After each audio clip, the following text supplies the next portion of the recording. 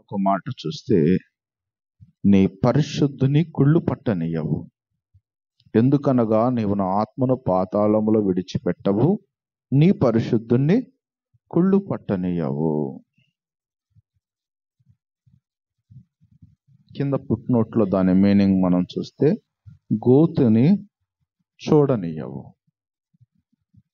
ఆలోచించండి. ఈ రోజున ఈ లోకములో భూమి పుట్టినది మొదలుకొని నేటి వరకు పరిశుద్ధుడు పరిశుద్ధుడు అనే పేరు పొందినవాడు కొనియాడబడుతున్నాడు. ఒక్క యేసుక్రీస్తు వారు తప్ప మరి ఎవరు లేరు. ఆయన పరిశుద్ధుడు. ఆయన మాటలో పరిశుద్ధత, ఆయన చూపులో పరిశుద్ధత, వినికిడిలో పరిశుద్ధత, నడవడికలో పరిశుద్ధత, బ్రతుకులో పరిశుద్ధత, పుట్టుకలో పరిశుద్ధత, మరణములో పరిశుద్ధత, పునరుద్ధానములో పరిశుద్ధత, తిరిగి రాబోతున్న రెండవ రాకడలో కూడా పరిశుద్ధత. ఎందుకనే కోటాను కోట్ల మంది పరిశుద్ధుడు పరిశుద్ధుడు పరిశుద్ధుడని నిత్యము వేలాది కోట్లాది దూతల సమూహముతో నిత్యము ఆరాధించబడుతున్న ప్రభువైన యేసుక్రీస్తు వారు ఒక్కరు మాత్రమే. ఆయన పరిశుద్ధుడు. సో ఈ పరిశుద్ధుని శరీరము కుళ్ళు పట్టలేదు. యేసయ్య మనందరికంటే దారుణంగా మన నిమిత్తము శ్రమపడి ఒళ్ళంతా చిత్రవద అయిపోయి చనిపోయాడు. ఆలోచించండి. సహజంగా చనిపోయిన వారు ఒకలాగుంటారు. అంటే ఏదో నిద్రలో హార్ట్ అటాక్ వచ్చో సంథింగ్ ఇంకేదన్నా హఠాత్తుగా చనిపోయో ఇంకా చిన్న చిన్న కారణాల వల్ల చనిపోయిన వారు డెడ్ బాడీస్ వాళ్ళు ఒకలాగా ఉంటాయి. 2-3 రోజులైనా వాళ్ళు అట్టి పెట్టవచ్చు. కానీ కొన్ని యాక్సిడెంట్ ద్వారా పాడైపోయిన శరీరాలు, లేకపోతే నీళ్ళల్లో దూకడం వల్ల పాడైపోయిన శరీరాలు, కాలిపోవడం వల్ల పాడైపోయిన శరీరాలు, మరి ఇంకే కారణం చేత కొన్ని ప్రమాదాలు శరీరం మీద సంభవించి శరీరం గాయాల పాలయ్యి ఉన్నటువంటి శరీరాలు ఎక్కువ రోజులు భద్రపరచలేం. ఎక్కువ రోజులు కాదు, యాక్సిడెంట్ అయిన కేసులైనా ఇంకేదైనా జరిగిన కేసులైనా, లేకపోతే పోస్ట్ మార్టం జరిగిన కేసులైనా వెంటనే కొన్ని గంటల వ్యవధిలోనే త్వరగా ఆ కార్యక్రమాన్ని పూర్తి చేసేటువంటి పరిస్థితులను. ఎందుకంటే ఆ శరీరం కుళ్ళిపోతుంది అన్నమాట. స్ప్రెడ్డింగ్ వచ్చేసేసి మొత్తం కంపు కొడుతుంది, భరించలేరు. ఇంకా శరీరాన్ని అట్లాగే పెట్టుకుంటే కొన్ని ఇన్ఫెక్షన్స్ కూడా సోకే అవకాశం ఉంటుంది. చాలా చెడ్డ క్రిములు, చెడ్డవి వచ్చే అవకాశం ఉంటుంది. సో అందును బట్టి వెంటనే ఆ కార్యక్రమాలు చేస్తూ ఉంటారు. కానీ ఈ రోజున చూస్తే పరిశుద్ధుడైన యేసయ్య పరిశుద్ధుడిగా పుట్టి సిలువ యాతన ఎంత అనుభవించాడు. బహు ఘోరంగా ఆ సిలువ యాతన ఎంత అనుభవించాడంటే అంత భయంకరమైనటువంటి యాతన అనుభవించాడు. శరీరం అంతా నలగొట్టపడింది.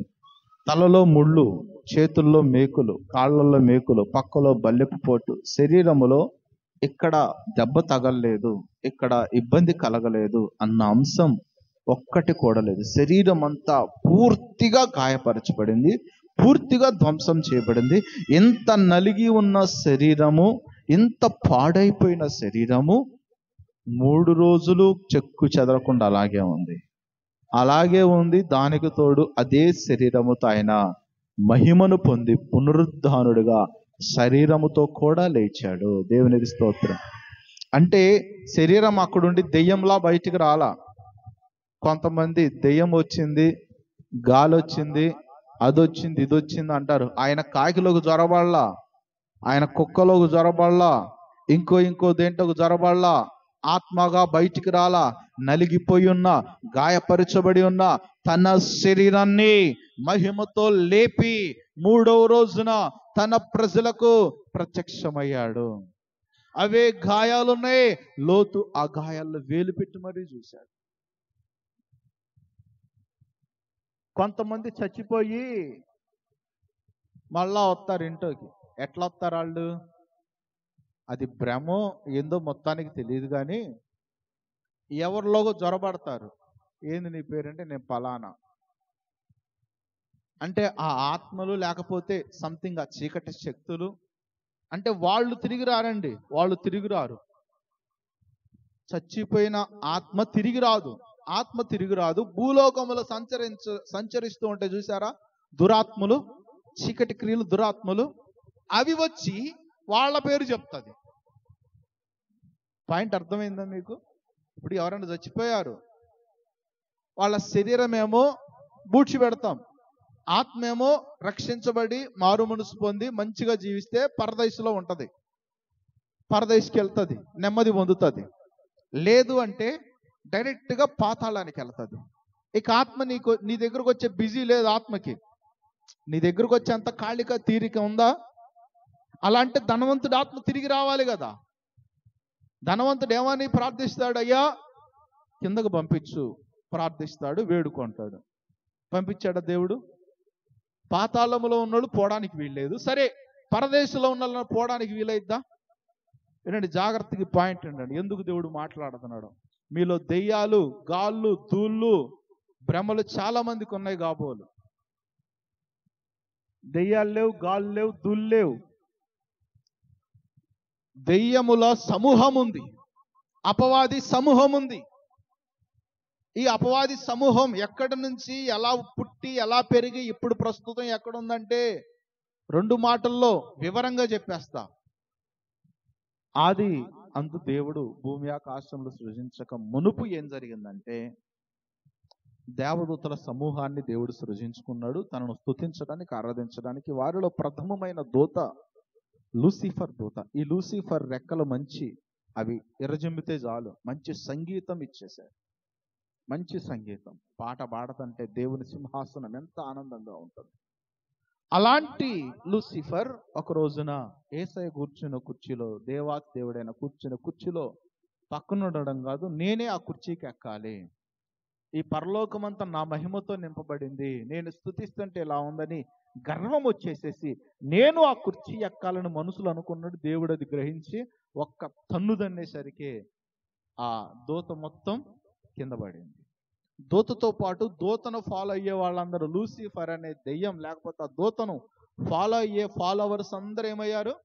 కింద పడ్డారు. వాళ్ళే కోట్ల మంది దెయ్యాలుగా, దేవదూతలుగా, దేవుళ్ళుగాను ఈ లోకంలో చలామణి అవుతున్నారు. ఇప్పుడు వీళ్ళు ఎక్కడున్నారంటే ఆకాశమందలి దురాత్మ సమూహములుగా వాళ్ళు చలామణి అవుతున్నారు. జాగ్రత్తగా వినండి. కాళ్ళు నొప్పులు వచ్చాయి, దేవునికి స్తోత్రం కలుగునుగాక, హల్లెలూయా, పెద్దగా. అది అయితే ఇలాంటి పరిస్థితులు వాళ్ళు ఎదుర్కొన్నారు దూతలు. ఇప్పుడు లూసిఫర్ అప్పటిదాకా దేవుణ్ణి స్తుతించి, అప్పటి వరకు దేవుణ్ణి ఆరాధించి ఉన్న ఈ దూతలు మొత్తం ఏమయ్యారు? కింద పడిపోయారు. ఎక్కడి నుంచి? పరలోకములో నుండి ఒక మోక్షానందకరమైన మంచి వాతావరణంలో నుంచి వారిలో కలిగిన గర్వమును బట్టి, అతిశయమును బట్టి కింద పడిపోయారు. ఇప్పుడు ఈ కింద ఎట్లా ఉన్నారంటే, ఇటు భూమి మీద పడలా, అటు అక్కడ లేరు. ఎక్కడనంటే మధ్యలో గబ్బెలలాగా ఏలాడబడతా ఉన్నారు.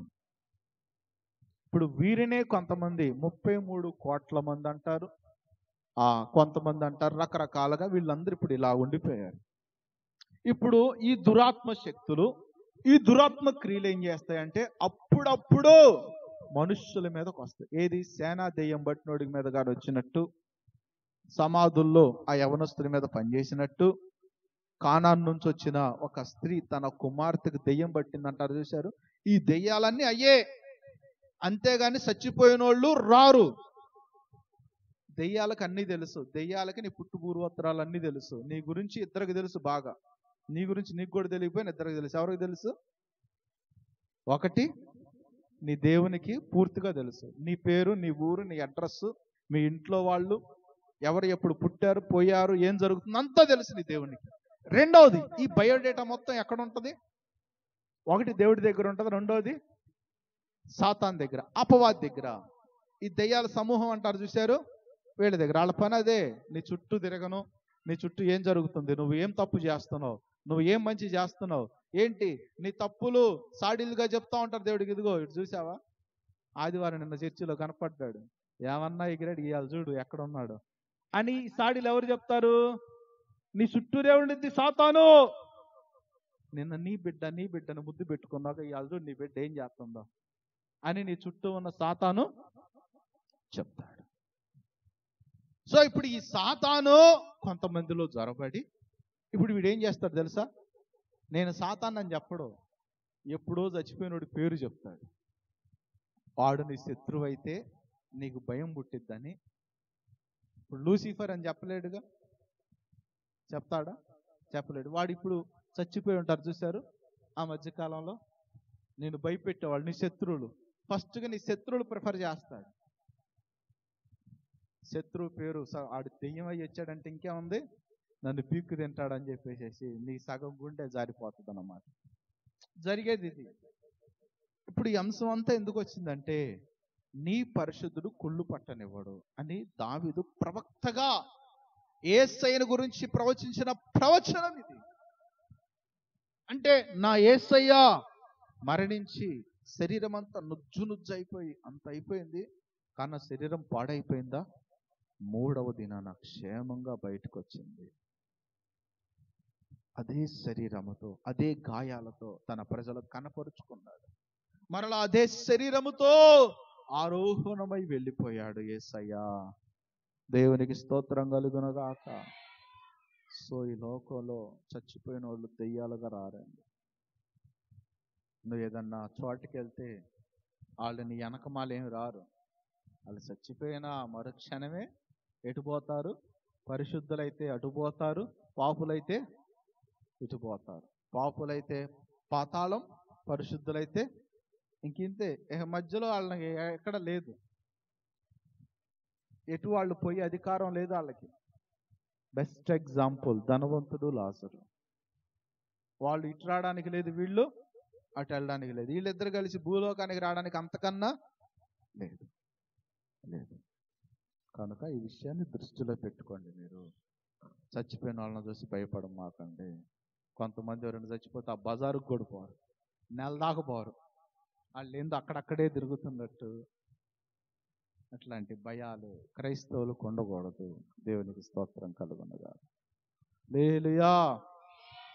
కాబట్టి మన పరిశుద్ధుడైన యేసయ్య కుళ్ళు పట్టలేదు, పాడైపోలేదు. తిరిగి మరలా లేచి తన ప్రజలకు కనపడి 40 రోజులు సంచరించి 11 సార్లు ప్రత్యక్షమై ఆరోహణమై తిరిగి వెళ్ళి మరలా తన బిడ్డల కొరకు రానయ్యున్నవాడు ప్రభువైన యేసుక్రీస్తు వారు.